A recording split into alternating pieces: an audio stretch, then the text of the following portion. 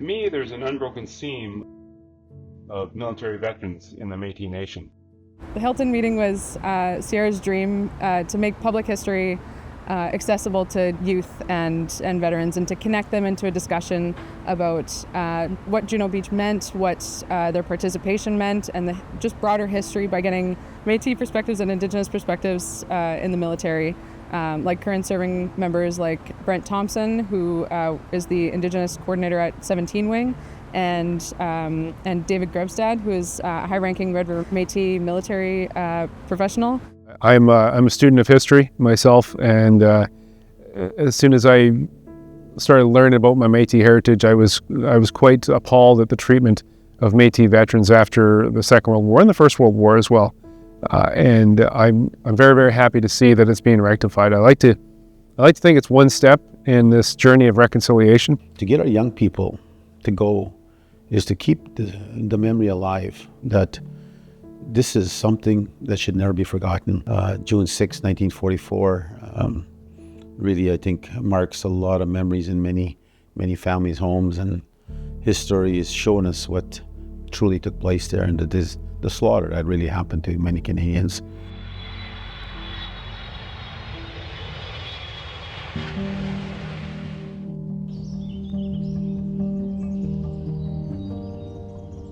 My name is Jim DeRocher. I'm a proud Métis from Isla Lacrosse, Saskatchewan, Red River Métis. I joined the Royal Canadian Air Force when I was just barely 17 years old.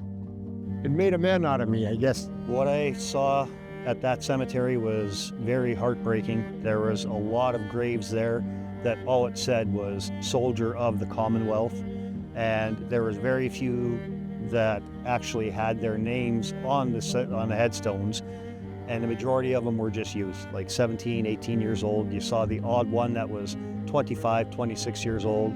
So it is heartbreaking seeing that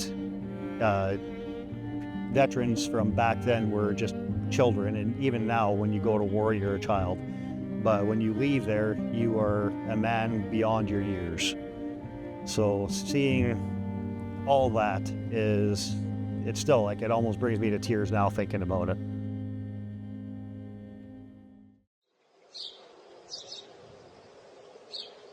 Today we're here at a cemetery in near a town called Aubigny. My great uncle is lying here.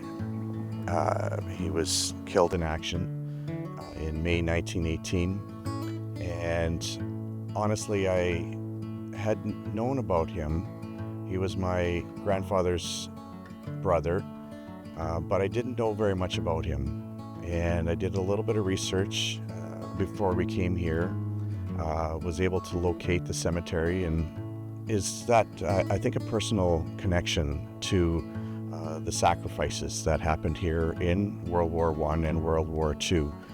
That is, I think, affected me a little bit. When we walked in the cemetery and we found the gravesite of Private Philip David Godon, I had some goosebumps. I felt this connection to my relative, my uncle, who gave his life serving our country. I look at the date that he died, and it was literally 33 years after Canada declared war on our people in the Northwest and the Batoche area. And even still, our young people served the country that took up arms against them, and I think that says a lot about who our ancestors were and who our people are. It's something I think that is a reason why we're on this trip to with our youth, so that they can see for themselves, so they can see that and have that personal connection to those who sacrificed the ultimate sacrifice, those who never came back home. To know that our veterans and our current serving members are being taken care of, it's nice to see. I really appreciate it, and I myself am a serving member. My father's a veteran. My grandfathers were veterans. And, knowing that onus and that responsibility has now been taken on by the MMF, it gives me a sense of pride. One gentleman that came back, he was gassed, and there was no such thing as medical attention in those days. Kids, these are just kids. I was 16 years old when I joined. I lied about my age. Being here at this monument for us is to make sure that we remember our veterans and the sacrifices that they made for us, so we have the freedoms that we have today. We have many relatives, great-grandfathers, grandfathers for some, that were killed in action here. My great-grandfather was killed in action. I found his name, so it's a very emotional day for me as well. My favorite part of the trip was definitely Vimy Ridge.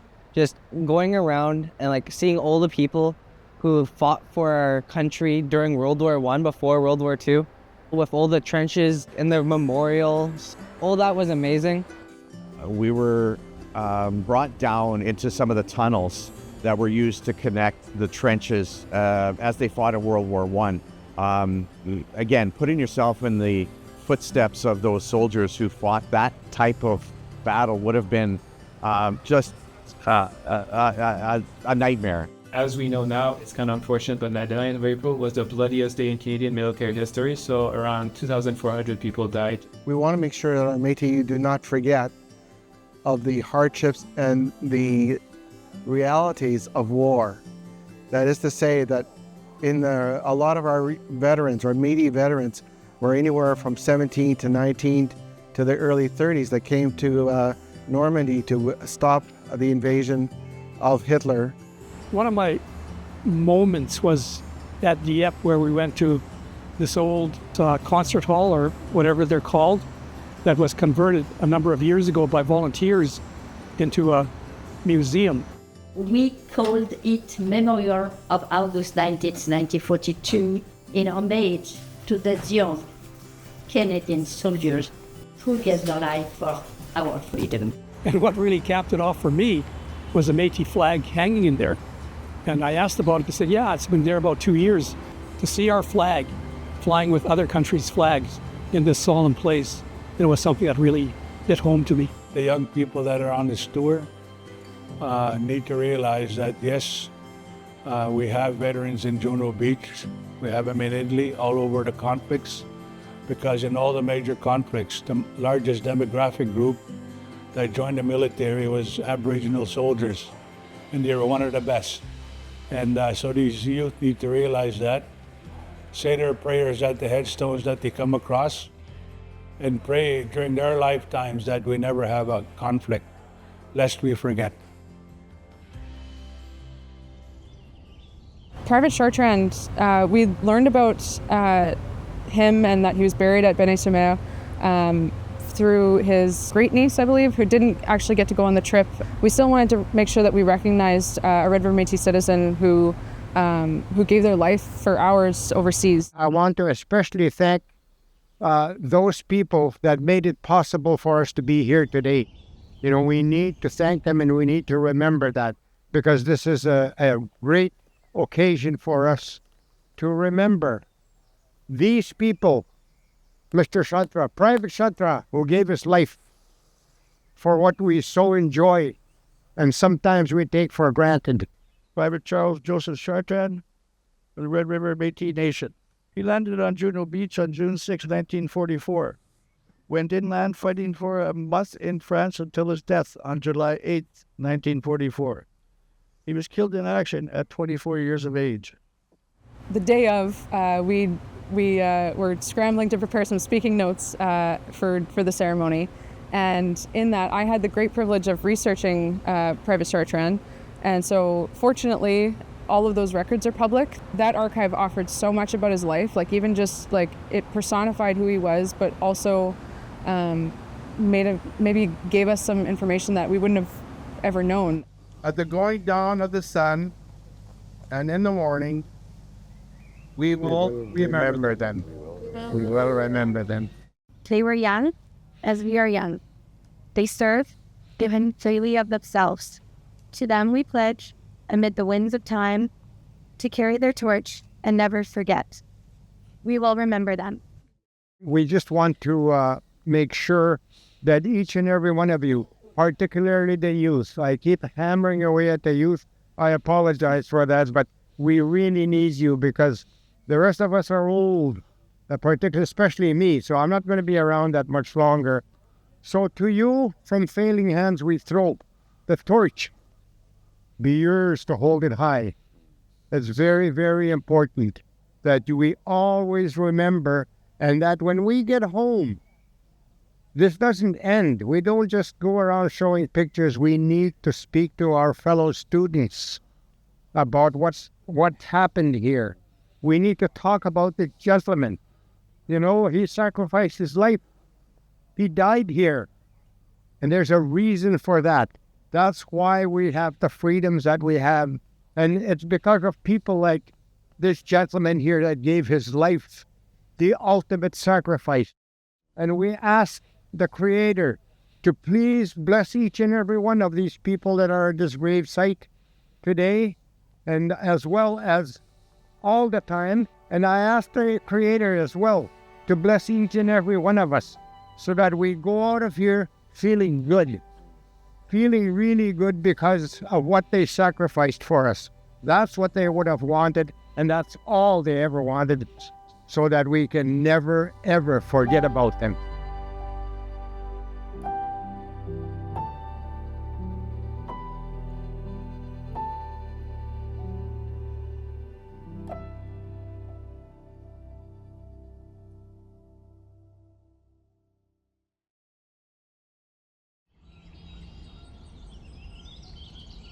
One of the really cool things that we were able to do was to go to this town called St. Malo, which is actually the namesake of our town in Manitoba called St. Malo. And in the town, just outside the town, there was a huge bunker that was built by the German army in World War II. And, you know, from what we were able to ascertain, it was 3 stories down, massive area.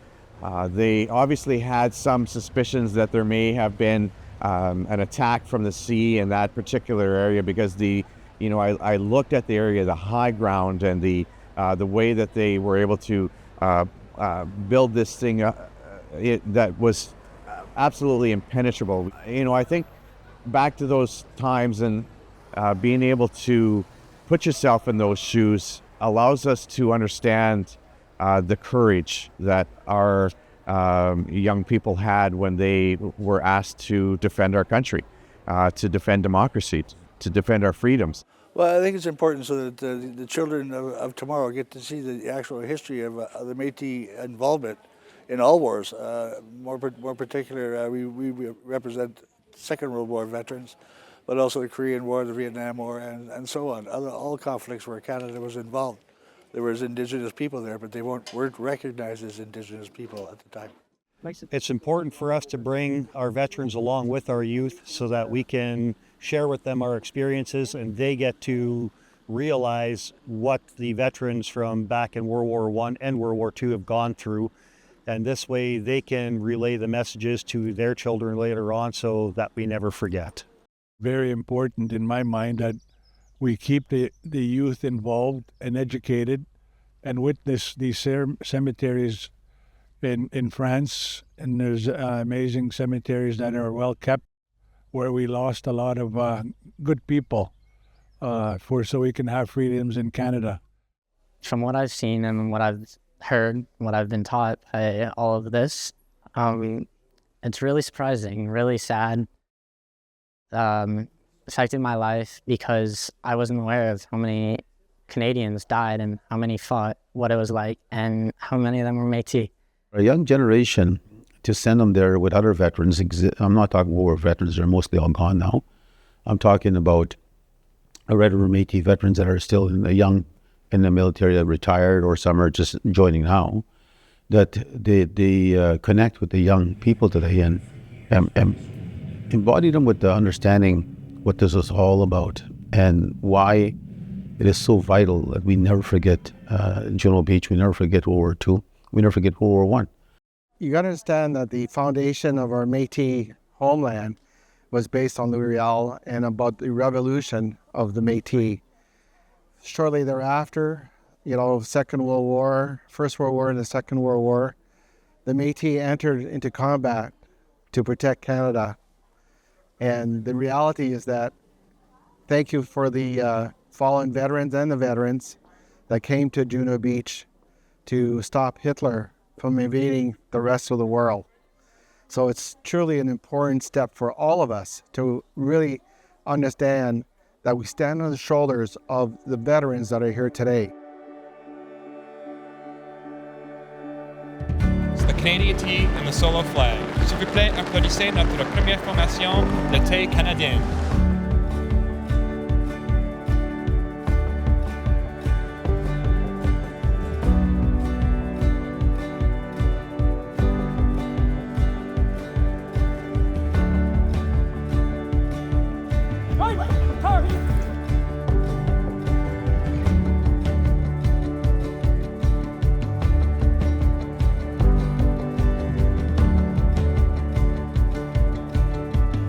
Distinguished guests, dear veterans, ladies and gentlemen, welcome. We are here today at Juno Beach to mark the 80th anniversary of D-Day. I am Geneviève Paris, Public Affairs Officer for the Canadian Armed Forces, and I am honored to guide you for this ceremony. Morgan Grace is Red River Métis fiddle player from East Selkirk, Manitoba, Canada. Morgan Grace is accompanied by guitarist Mitchell McCoons.